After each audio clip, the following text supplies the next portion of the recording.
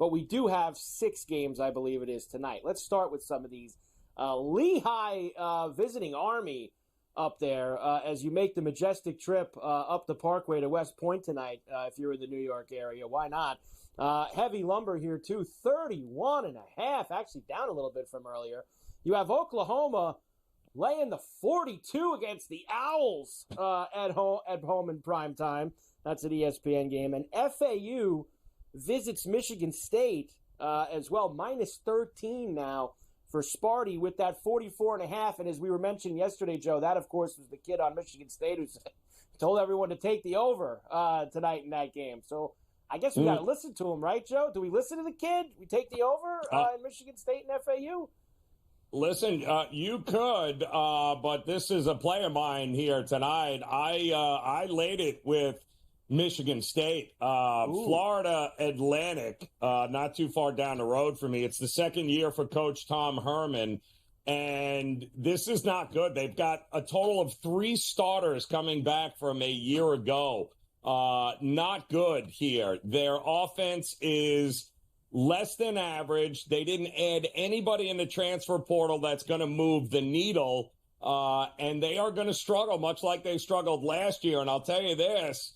They did add at Michigan State when you bring over, Jonathan Smith, the Oregon State coach. He brings his OC over. They brought the quarterback from Oregon State over, Childs. This is going to be a much improved Michigan State team on both sides of the ball at home. A new era looking to make like you said, the boosters there looking to make a point.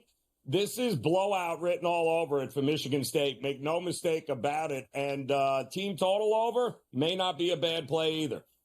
I'm with you, Joe. I think that Jonathan Smith's a really good head coach. I think it's a good hire for Michigan State. I don't think he's going to, the first year maybe in Big Ten play is going to be great. That might take a year or two before that starts to move. But a home game to start the year, prime time at night under the lights against an FAU team, like you just said, not very good. Yep.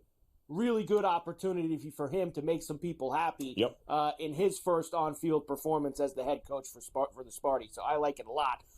And I think Oklahoma, Joe, I think they can get that over by themselves tonight. I had Oklahoma.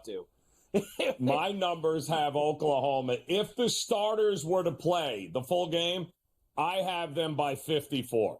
So, and I still think that even the backups are going to be a million times better. The backups are going to add a lot of points in this game, Carver. So, yes. A lot of points for Oklahoma tonight.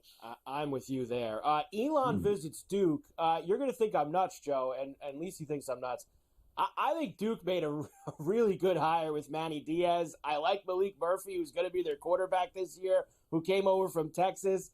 I think this is like with Jonathan Smith. This is a squash job tonight. I think they're going to smash Elon at home. Duke wasn't that bad the last couple of years under Elko. I know they lost a few guys, but I think this is a nice spot for Manny Diaz, who dealt with so much pressure as the Miami coach. I think he's a good coach.